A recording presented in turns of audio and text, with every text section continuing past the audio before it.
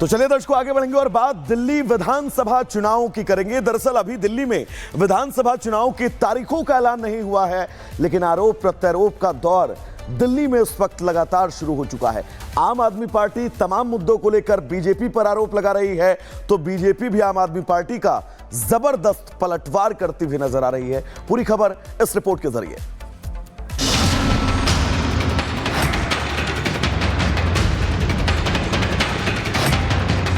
दिल्ली में विधानसभा चुनाव की तारीख का ऐलान नहीं हुआ है, लेकिन सियासी दलों की कसमसाहट चरम पर है। आरोप प्रत्यारोप ने राजधानी का चुनावी माहौल सेट कर दिया है और वादों दावों के सहारे जीत का फॉर्मूला फिक्स करने की कोशिश तेज हो गई है। और हमेशा की तरह इस बार भी वादों की सबसे बड़ी पोटली आम आदमी पार्टी लेकर आई है, जिसने मुफ्त बिजली स्कीम के बाद दिल्ली की महिला वोटर्स को 2100 रुपए देने का वादा करके अपना सबसे बड़ा चुनावी पासा फेंक दिया है। लेकिन हैरानी ये है कि चुनाव से पहले ब्रह्मास्त्र फेंकने के बावजूद आम आदमी पार्टी अपनी जीत को लेकर आशंकित है। आपको ये डर सता रहा है कि कहीं दिल्ली में इस बार कमल ना खिल जाए। मेरी विधानसभा में टोटल वोट 1,06,000 हैं। 1,06,000 में से लगभग 5% वोट ये डिलीट करवा रहे हैं, 7.5% वोट ये ऐड करवा रहे हैं। तो चुनाव कराने का जरूरत ही क्या है? चुनाव बचा क्या उसके बाद? चुनाव तो कुछ नहीं बचा। 12% वोट अगर इधर के उधर कर देंगे तो फिर तो चुनाव कुछ बचा ही नहीं। खेल हो रहा है इस देश के अंदर चुनाव के नाम पे। केजरीवाल का आरोप है कि नई दिल्ली विधानसभा में बीजेपी ने ऑपरेशन लोटस शुरू कर दिया है। उनका कहना है कि बीजेपी इस बार दिल्ली में हरियाणा और महाराष्ट्र की रणनीति अपनाकर उनका वोट काटने का कुचक्र रच रही है, जबकि दूसरी तरफ बीजेपी आप पर पहले ही फर्जी वोटर तैयार करने का आरोप जड़ चुकी है। लेकिन दिलचस्प ये है कि इस बार केजरीवाल ने नए सिरे से बीजेपी पर आरोप क्यों चढ़े। उनके आरोपों के बिछाए पिच पर बैटिंग करने आप नेता संजय सिंह उतर आए और उन्होंने अपने परिवार की वोट का वास्ता देकर बीजेपी को घेरने के लिए पूरा माहौल सेट कर दिया। लेकिन बीजेपी भी कहां छुटने वाली थी। बीजेपी नेताओं ने कमान संभाला तो एक एक करके आपके सारे आरोपों की धज्जियां उड़ा दी। हमारी पत्नी अनीता सिंह जी का नाम कटवाने के लिए एप्लीकेशन दे दी, और एक बार नहीं दी, 2 बार दे दी। हमारी पत्नी अनीता सिंह जी जौनपुर की रहने वाली हैं, ये भी पूर्वांचल से हैं। मैंने पूर्वांचल का मुद्दा उठाया, यूपी बिहार के लोगों का मुद्दा उठाया, तो अब इस बात पे लग गया कि इनको ही सबक सिखाओ, इनकी पत्नी का ही वोट कटवा दो, तब इनको अकल आएगी। तो मैं ये पूछना चाहता हूं अरविंद केजरीवाल, ये वोटर आए कहां से? आखिर एक 50 साल का महिला या 50 साल का पुरुष दिल्ली में अचानक कैसे पैदा हो गया? कौन लेकर आया इसे? क्या इसकी बैकग्राउंड है? तो हमने इलेक्शन कमीशन को कल भी एक शिकायत भेजी है, आज फिर भेजेंगे।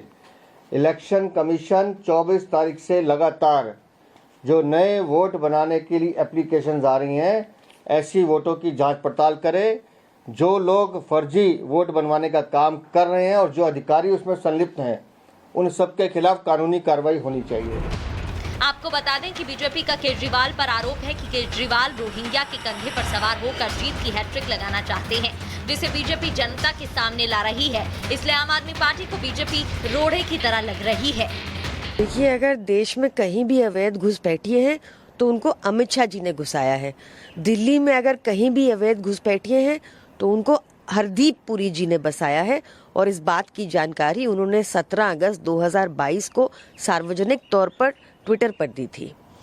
जहां तक आपने देखा होगा कि हमने भी एप्लीकेशंस दी हैं कि कैसे भाजपा जेन्युइन वोटर्स के नाम कटाने का प्रयास कर रही है। ये वही केजरीवाल और वही आम आदमी पार्टी है जो कुछ समय पहले कह रही थी कि हम लोग में भारतीय जनता पार्टी रोहिंग्यास को यहाँ लाए।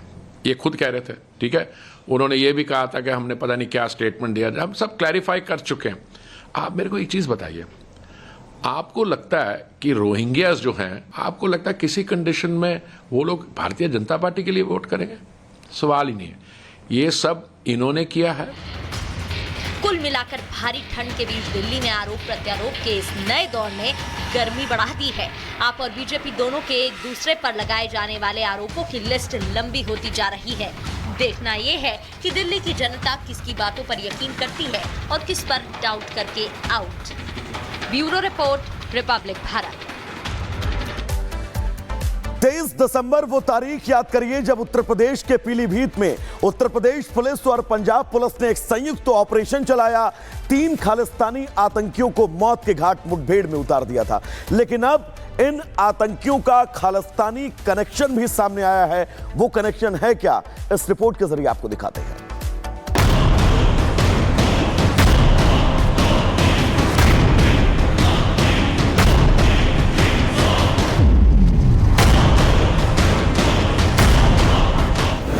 गुरविंदर सिंह,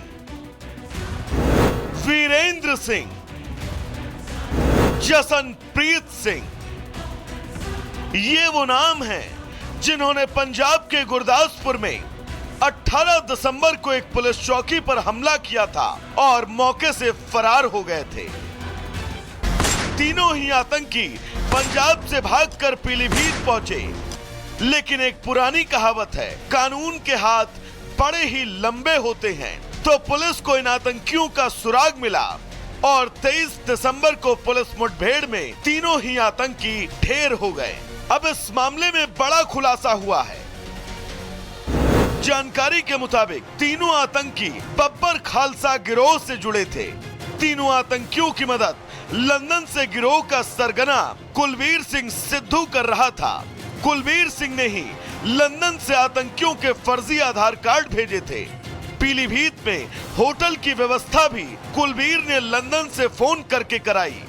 सूत्रों के मुताबिक कुलवीर सिंह एनआईए का मोस्ट वांटेड आतंकी है।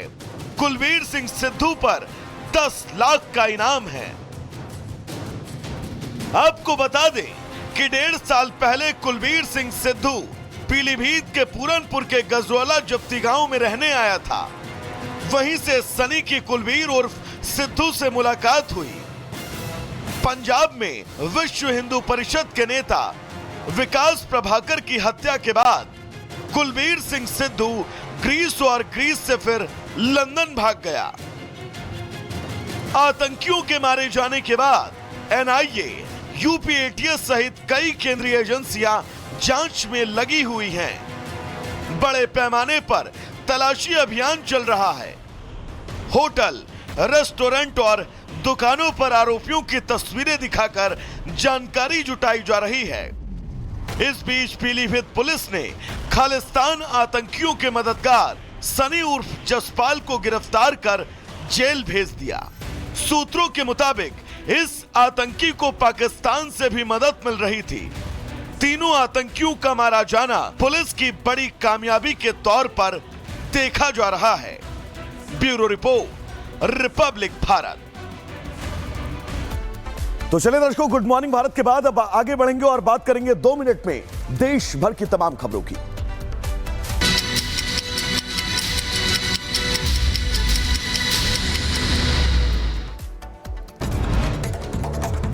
उत्तर प्रदेश के झांसी में जेलर पर हमला करने वाले का एनकाउंटर। एक बदमाश के पैर में लगी गोली, दूसरे बदमाश को पुलिस ने घेर कर दबोचा। अलीगढ़ में गौ तस्करों से पुलिस की मुठभेड़, 2 शातिर गौ तस्कर गिरफ्तार, आरोपियों से अवैध तमंचा कारतूस बरामद। बुलंदशहर में जमीन विवाद में दबंगों ने महिलाओं से की मारपीट, घर का सामान बाहर फेंका, दीवार भी तोड़ी। पुलिस ने दोनों पक्षों के खिलाफ एफआईआर दर्ज की है। उत्तर प्रदेश के अंबेडकर नगर में पुलिस की बर्बरता का वीडियो आया सामने। पुलिसकर्मियों ने एक बाइक सवार युवक की पिटाई कर दी। घटना जैदपुर थाना क्षेत्र की है। उत्तर प्रदेश के रायबरेली में ट्रैक्टर और लोडर में टक्कर, लोगों ने लोडर चालक को बाहर निकाला। मथुरा में शराब तस्करी करने वाले गैंग का भांडाफोड़, 55 लाख रुपए की शराब बरामद। एक तस्कर को गिरफ्तार किया गया, अन्य तस्करों की तलाश जारी। उत्तर प्रदेश के मैनपुरी में स्कूल छात्रों के 2 गुटों में आपस में टक्कर, कोचिंग के छात्रों ने एक छात्र की जमकर पिटाई कर दी। उत्तर प्रदेश के मेरठ में 11वीं क्लास के छात्र की बेरहमी से हत्या, गर्लफ्रेंड को ब्लैकमेल करने पर हथौड़ा मारकर दोस्त की हत्या कर दी। उत्तर प्रदेश के महोबा में भी सड़क पर युवती को पीट रहे युवक को पब्लिक ने पीटा। पुलिस की मौजूदगी में मारपीट, युवक और युवती को थाने में ले जाकर पूछताछ की गई। बुलंदशहर में ज्वेलरी दुकान से महिला ने चुराए सोने के कुंडल। चोरी की घटना सीसीटीवी में कैद। महिला चोर की तलाश पुलिस कर रही है। लखीमपुर खीरी में देवी देवताओं पर अभद्र टिप्पणी का मामला। हिंदू संगठन के लोगों ने जुलूस निकालकर विरोध जताया। पुलिस ने मामले में गैर समुदाय के 2 लोगों को गिरफ्तार किया है।